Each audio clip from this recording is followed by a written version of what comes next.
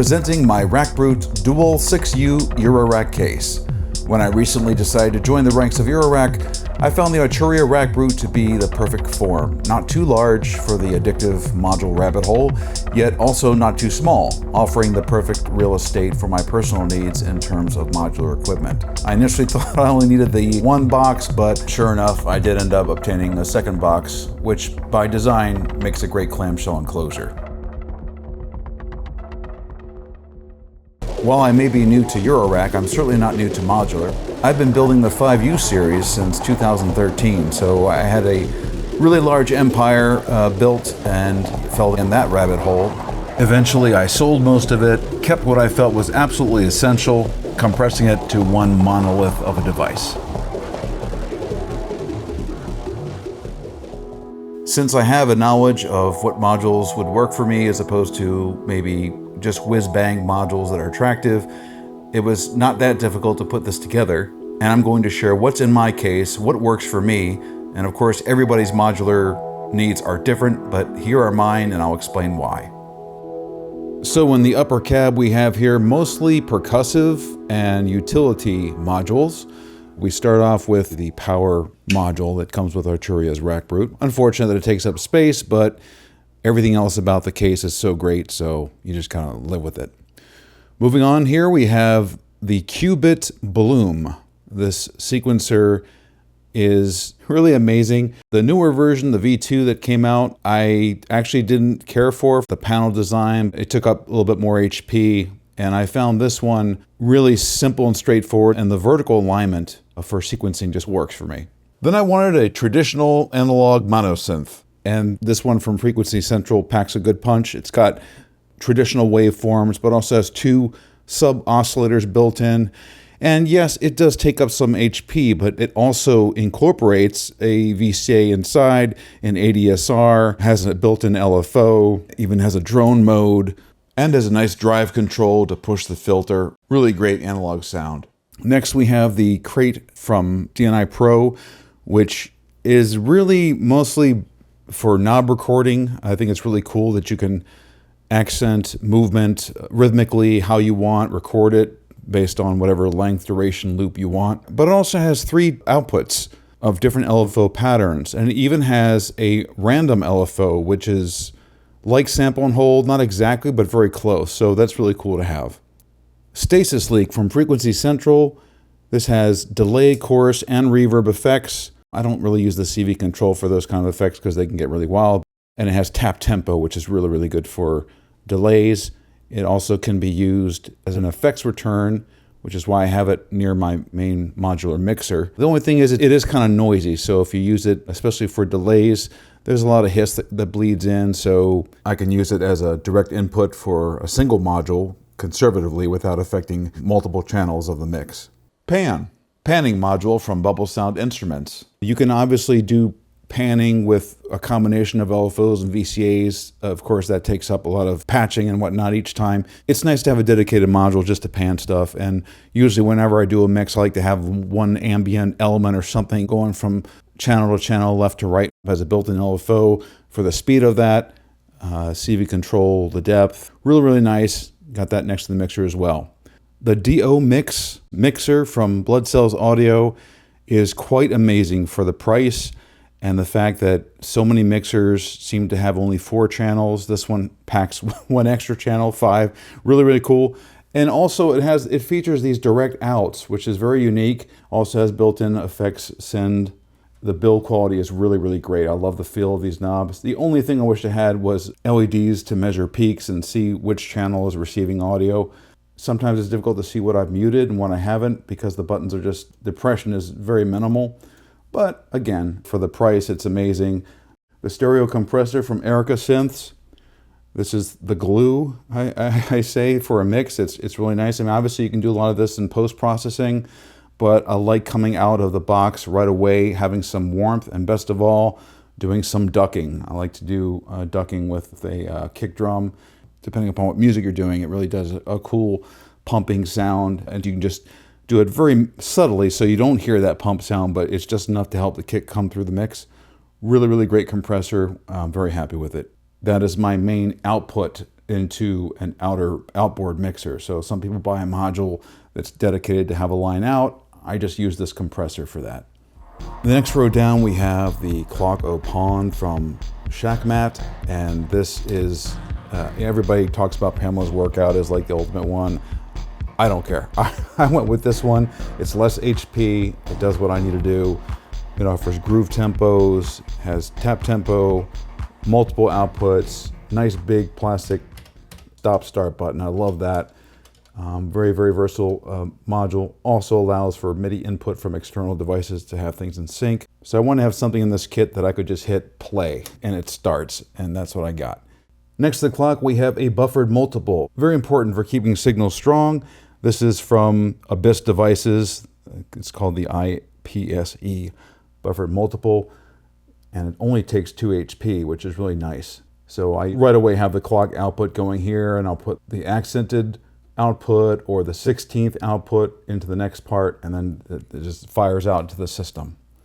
Everybody probably knows what this is, the Tangle Quartet from ALM. It's a VCA mixer, and it's got 4 channels, and you can have a mix out or have all the individual channels output, so you can have CV sources for each input. Great utility module. Pico drums. I have a couple of these actually.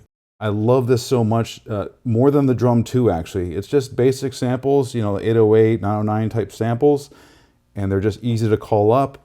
The only thing I wished it had was individual outputs, because it lets you trigger 2 different drum sounds, which is great, but obviously with drums you sometimes want to affect them or EQ them differently. I also wish it had a memory, so when you reboot the system, it remembers the drums that you had selected, but unfortunately, no, you have to go back and find it again. But it is what it is, and it's 3 HP, so I still love it. The Atomo Synth Totem 2, or Totem. This is an analog synth drum. I kind of liken it to my Vermona DRM. Enough said, really. It has some metallic sounds too. I really, really love this.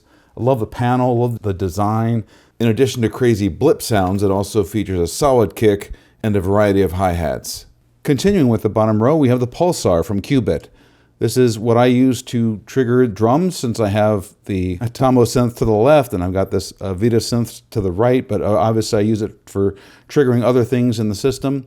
It's very easy to use, features a rotary sequencer, and has Euclidean rhythms. I love this thing. That's the Pulsar. The Vita Synth's 8-bit drums, the 4X AT85 MK2, rolls right off the tongue. This is a rather raw, low-bit sounding digital drum sampler. I think it's really cool, great for hardcore techno, industrial, or whatever. You just want a hi-hat that doesn't sound like analog white noise. It features multiple samples, pitch control, and has low-pass filter switches. It's great to have both analog and digital drum choices in this cab. Next we have the Javelin. If I had my way, I'd have like 3 of these in the system. It's an envelope, has a built-in VCA. It also has other features that people rave about. The range switch, which lets you play it like an instrument. It does lots of different things. It's looping as well. But I just love to have the VCA ADSR combo, and most importantly, CV control for the release. I love to open up and close and let an LFO do that. The ST Mix from Befaco. This module, when I first bought it, I actually had it in my lower cab, and I use it just as a separate mixer to pre-mix signals before going into my main mixer. Little did I know how I would end up using it, and I placed it closer to my main mixer, because what this does is it actually adds 4 channels of stereo inputs to my mixer, because whenever I want to use stereo, my 5-channel mixer is suddenly 3 channels, well, 2.5. So it ties it up quick. So with this mixer, I can put in 4 stereo sources and then have the main mix pump into here and then have the output go. I normally have this section pre-wired and even tied off with this cable tie, so that these mixers are basically linked together, then routed to the compressor. But just to show you all my modules completely unpatched, I removed the cables. And now for the lower cab, and this is, I guess, less utility and much more of the fun stuff, if you will. We obviously start with a power module, which actually, by default, when you flip the case over like this to close, ended up being over in this right corner, inverted. So I had to actually take the case out and flip the interior so that I could have it this way. But anyway, control path from Tip Top Audio Voice Dynamics. It's a dual ADSR. I know there are a lot of modules out there that just have AR, and you can pack in a lot more with less HP, but I just like to have all four of those.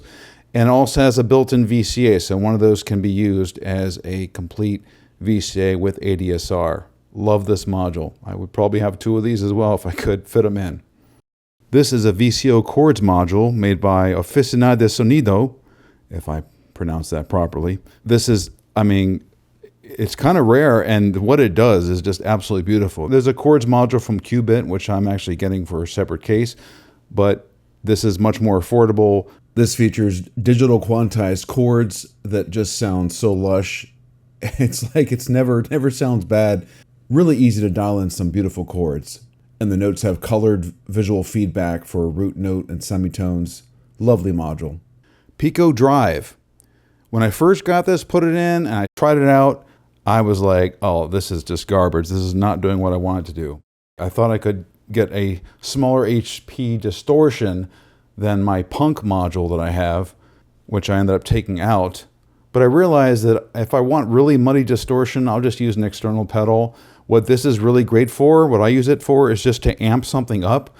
Sometimes deep in a mix, I have all these elements going in, and there's one thing that I just can't boost anymore into the mixer. And obviously I can try to bring down every other element, but that's just not enough sometimes. Pico Drive will assist that leveling for me. Yet at the same time, if I want to color something with a little bit of grit, I will use it for that and crank it all the way up. It also features some knob replacements that I purchased, I think from Funk, to enhance the experience of rotating knobs because you get a much tighter control. I've replaced this on several modules throughout my system.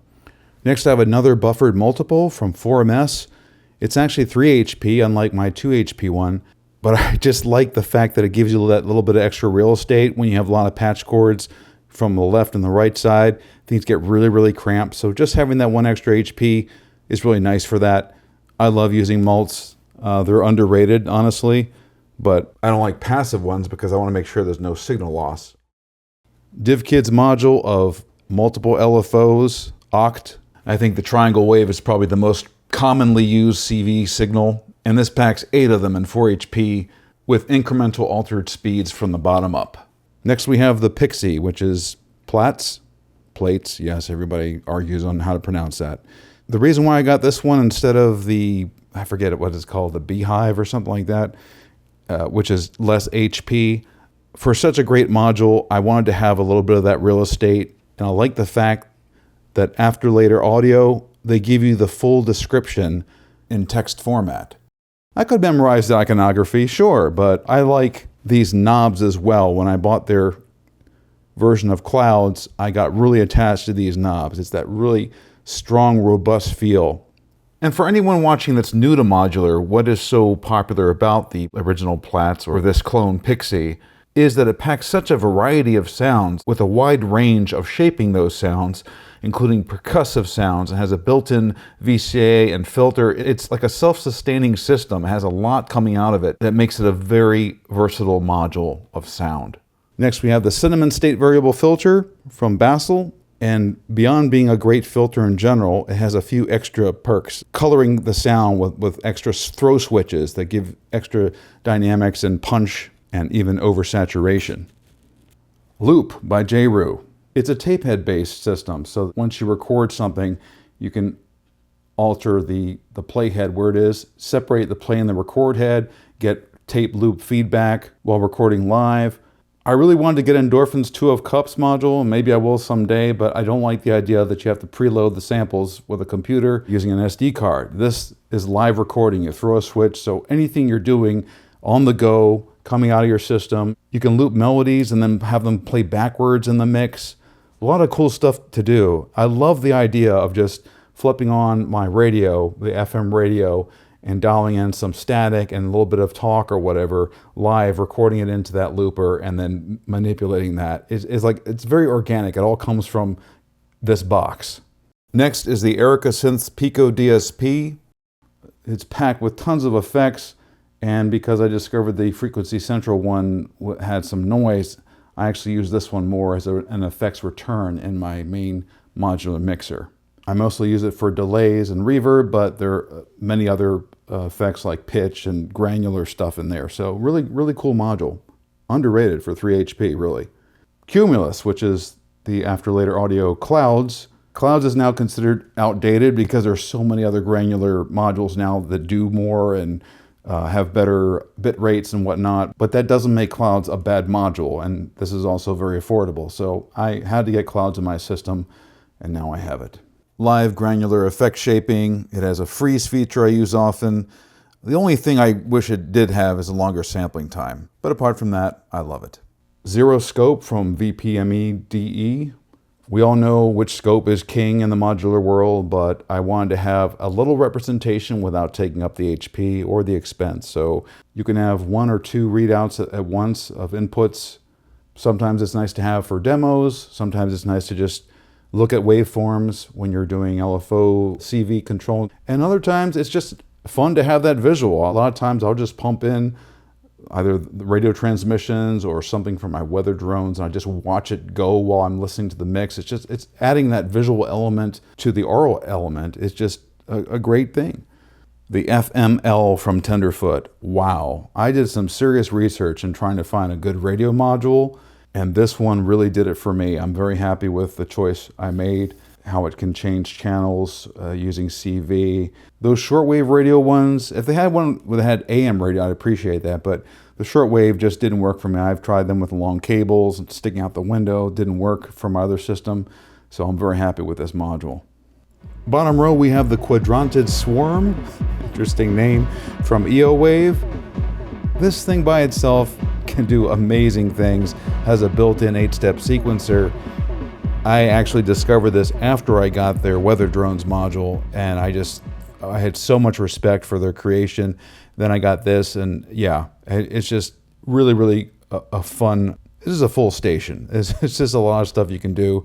I've also replaced these knobs, as you can see, to give it some better control, but also to give it some visual contrast between the features, since they were all initially just black knobs. It has a built-in spring tank, and I love spring verbs. I have a soft spot for those, so very, very happy with this. It's a little bit rare and also pricey, but my God, does it add a lot to my system, so I'm very happy with this module. Next to that is the cleverly named oscillator from Apollo View. It's great to have a traditional analog oscillator in your system. This is that and more, offering a variety of FM inputs and sub-oscillator choices, 8 simultaneously available waveforms. I love how the panel lights up with its Art Deco design. It also gives you a visual representation of the rate of the LFO. Next, we have the multi-mode ladder filter from Danny Sound. It's masked with a black panel from Mork modules. I thought it looked cool before, but in this actual cab with everything practically being black, it just really stood out like a sore thumb. So I gave it the black panel treatment.